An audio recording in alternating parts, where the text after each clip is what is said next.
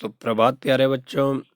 आज हम कक्षा 6 हिंदी वसंत का पाठ 3 नादान दोस्त, जो कि मुंशी प्रेमचंद जी द्वारा लिखित है, इसका अध्ययन करेंगे।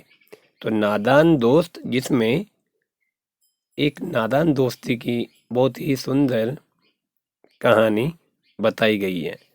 तो आइए हम कहानी के माध्यम से जानते हैं क्या क्या इसमें प्रेमचंद जी ने क्या क्या इसमें बताया है। केशव के घर कार्निस के ऊपर एक चिड़िया ने अंडे दिए थे। केशव और उसकी बहन श्यामा दोनों बड़े ध्यान से चिड़िया को वहां आते जाते देखा करते। सवेरे दोनों आंखें मलते कार्निस के सामने पहुंच जाते और चिड़ा और चिड़िया दोनों को वहां बैठा पाते। चिड़ा और चिड़िया उनको देखने में दोनों को न मालूम क्या मजा मिलता। दूध और जलेबी की सुध भी न रहती और उन दोनों को देखते समय वे दूध और जलेबी खाना भी पसंद नहीं करते थे। दोनों के दिल में तरह तरह के सवाल उठते। अंडे कितने बड़े होंगे, किस रंग के होंगे, कितने होंगे, क्या खाते होंगे, उनमें से बच्चे किस तरह निकल आएंगे, बच्चों के पर कैसे निकलेंगे, घोंसला कैसा है। लेकिन इन बातों का जवाब देने वाला कोई नहीं। न अम्मा को घर के काम धंधों से फुर्सत थी, न बाबूजी को पढ़ने लिखने से। दोनों बच्चे आपस में ही सवाल जवाब करके अपने दिल को तसल्ली दे दिया करते थे। तो केशव और श्यामा दोनों भाई बहन हैं। इनके घर पर कार्निस पर एक चिड़िया ने अंडे दिए थे और चिड़िया और चिड़ा वहां पर दोनों आते जाते थे। ये दोनों भाई देखते थे। अब ये उन्हें रोज बड़े प्यार से देखा करते थे। दोनों के मन में कई तरह के सवाल उठते। कितने अंडे होंगे, कितने बड़े होंगे, किस रंग के होंगे, क्या खाते होंगे, कब बच्चे निकलेंगे और पर कैसे निकलेंगे बच्चों को, इनका घोंसला कैसा होगा। तो यह सब इनके जानने की इच्छा होती। पर इन सब सवालों का जवाब देने के लिए इनके सामने कोई भी नहीं होता था। मम्मी को घर के कामों से फुर्सत नहीं थी और इनके बाबूजी पिताजी को पढ़ने लिखने से फुर्सत नहीं थी। तो दोनों भाई बहन आपस में ही केशव अपनी बहन को सवाल उसके प्रश्नों का उत्तर दे दिया करता था। श्यामा कहती, क्यों भैया, बच्चे निकलकर फुट से उड़ जाएंगे। केशव विद्वानों जैसे गर्व से कहता, नहीं री पगली, पहले पर निकलेंगे, बगैर परों के बेचारे कैसे उड़ेंगे। तो जब श्यामा अपने भाई से श्यामा छोटी थी तो वह अपने बड़े भाई केशव से जब पूछती थी तो केशव भी विद्वानों जैसे गर्व से एकदम कहता था कि मानो यह सब कुछ जानता हो। बोला नहीं, वो पहले तो उसके पंख निकलेंगे, पर अर्थात पर, और बिना पर के वो नहीं उड़ पाएंगे।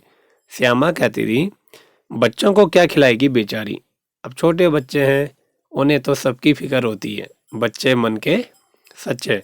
तो श्यामा कहती थी, बच्चों को क्या खिलाएगी बेचारी। केशव इस पेचीदा सवाल का जवाब कुछ ना दे सकता था।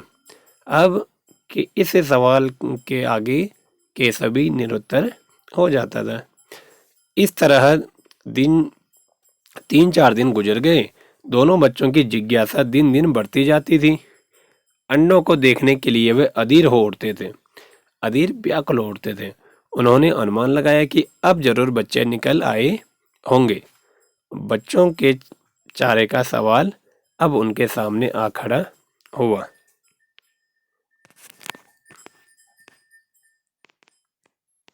अब चिड़िया बेचारी इतना दाना कहाँ ला पाएगी कि सारे बच्चों का पेट भरे। गरीब बच्चे भूख के मारे चूं चूं करके मर जाएंगे। इस ये चिड़िया है, ये इसके अंडे, ये चिड़ा चिड़ी दोनों इस मुसीबत का अंदाजा करके दोनों घबरा उठे। दोनों ने फैसला किया कि कार्निस पर थोड़ा सा दाना रख दिया जाए। श्यामा खुश होकर बोली, तब तो चिड़िया को चारे के लिए कहीं उड़कर न जाना पड़ेगा ना। अब श्यामा को वह चिड़िया वहीं पर हमेशा देखना बहुत प्यारा या बहुत अच्छा लगता था। केशव ने कहा, नहीं, तब क्यों जाएगी? श्यामा, क्यों भैया, बच्चों को धूप न लगती होगी? केशव इस केशव का ध्यान इस तकलीफ की तरफ न गया था। बोला, जरूर तकलीफ हो रही होगी, बेचारे प्यास के मारे तड़पते होंगे, ऊपर छाया भी तो कोई नहीं। आखिर यही फैसला हुआ कि घोंसले के ऊपर कपड़े की छत बना देनी चाहिए। पानी की प्याली और थोड़े से चावल रख देने का प्रस्ताव भी स्वीकृत हो गया। प्रस्ताव किसी के सामने कोई हम बात जब कोई रखते हैं। दोनों बच्चे बड़े चाव से, बड़े लगन से काम करने लगे। श्यामा माँ की आंख बचाकर मटके से चावल निकाल लाई। केशव ने पत्थर की प्याली का तेल चुपके से जमीन पर गिरा दिया और उसे खूब साफ करके उसमें पानी भर दिया। तो दोनों बड़े लगन से कर रहे हैं। ये सभी बच्चे करते हैं, आप लोग भी करते हो कई बार। ठीक है। अब चांदनी के लिए कपड़ा कहाँ से आए? फिर ऊपर बगैर छड़ियों के कपड़ा ठहरेगा कैसे? कैसे रुकेगा कपड़ा? कपड़ा तो नीचे गिर जाएगा। और छड़ियाँ खड़ी कैसे होंगी? अब यह भी सवाल था।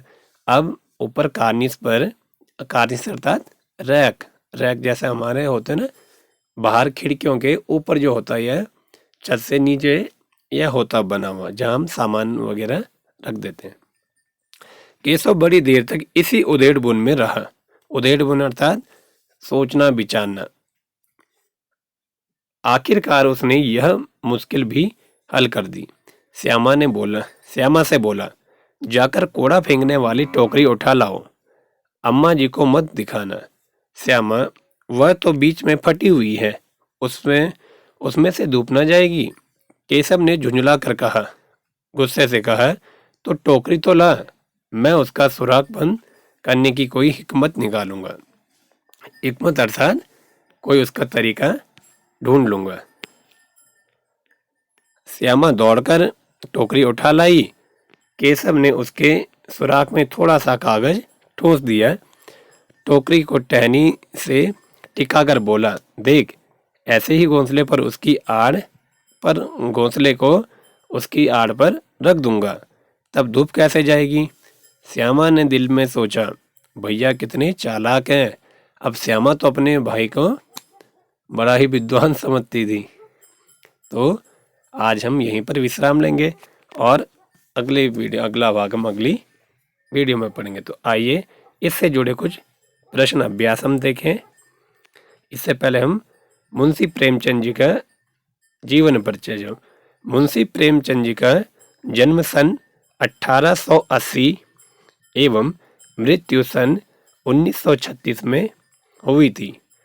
मुंशी प्रेमचंद जी का जन्म स्थान लम्ही ग्राम, गांव का नाम क्या? लम्ही, वाराणसी में हुआ था। इनके उपन्यास सेवा सदन, निर्मला, रंगभूमि, कर्मभूमि, गबन और गोदान। ठीक है। सेवा सदन, निर्मला, रंगभूमि, कर्मभूमि, गबन, गोदान। कहानियों का विशाल संग्रह 8 भागों में मानसरोवर नाम से प्रकाशित है। इनकी जो कहानियां हैं वह मानसरोवर नाम से प्रकाशित हैं, जिसमें लगभग 300 कहानियां संकलित हैं।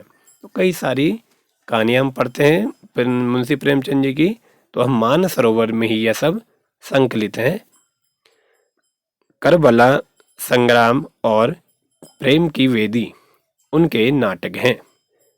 निबंध कुछ विचार नाम से प्रकाशित हैं और इनके जितने भी निबंध हैं वो सब कुछ विचार एक पुस्तक के नाम से प्रकाशित हैं। गोदान हिंदी का एक श्रेष्ठ उपन्यास है और इनका जो गोदान है वह सबसे प्रसिद्ध इनकी रचना है। तो यह था मुंशी प्रेमचंद जी का जीवन परिचय। तो अब हम प्रश्न अभ्यास में देखें। अंडों के बारे में केशव और श्यामा के मन में किस तरह के सवाल उठते थे?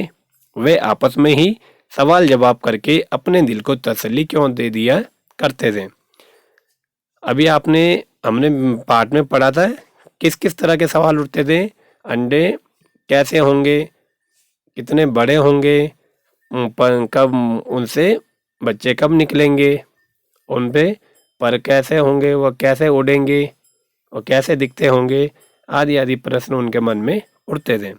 वे आपस में ही सवाल जवाब करके दिल को तसल्ली इसलिए दे दिया करते थे क्योंकि अम्मा जी को घर के कामों से फुर्सत न थी और पिताजी को अपने पढ़ने लिखने से। ठीक है, तो आप ये पाठ के आधार पे बहुत ही आसान इसका उत्तर है, आप सभी कर सकते हो। ठीक है, अगला प्रश्न है, केशव ने श्यामा से चिथड़े, टोकरी और दाना पानी मंगाकर कानिस पर क्यों रखे थे? केशव ने श्यामा से चिथड़े, टोकरी और दाना पानी मंगाकर कानिस पर इसलिए रखे थे क्योंकि कानिस पर चिड़िया ने अंडे दिए थे और वह श्यामा और केशव सोच रहे थे कि अब उन अंडों से बच्चे निकल गए होंगे, अब वे कैसे रहेंगे और चिड़िया अपने इतने सारे बच्चों को दाना कहाँ से लाएगी और उन बच्चों को धूप लग रही होगी या वह नंगे फर्श में होंगे जिससे उन्हें तकलीफ हो रही होगी। ठीक है, तो इस कारण उन्होंने वहाँ पर चिथड़े, टोकरी, दाना पानी मंगाकर कानिस पर रख दिए। तो यह 2 प्रश्न आप करेंगे और आगे हम अगली वीडियो में जानेंगे। तब तक के लिए धन्यवाद।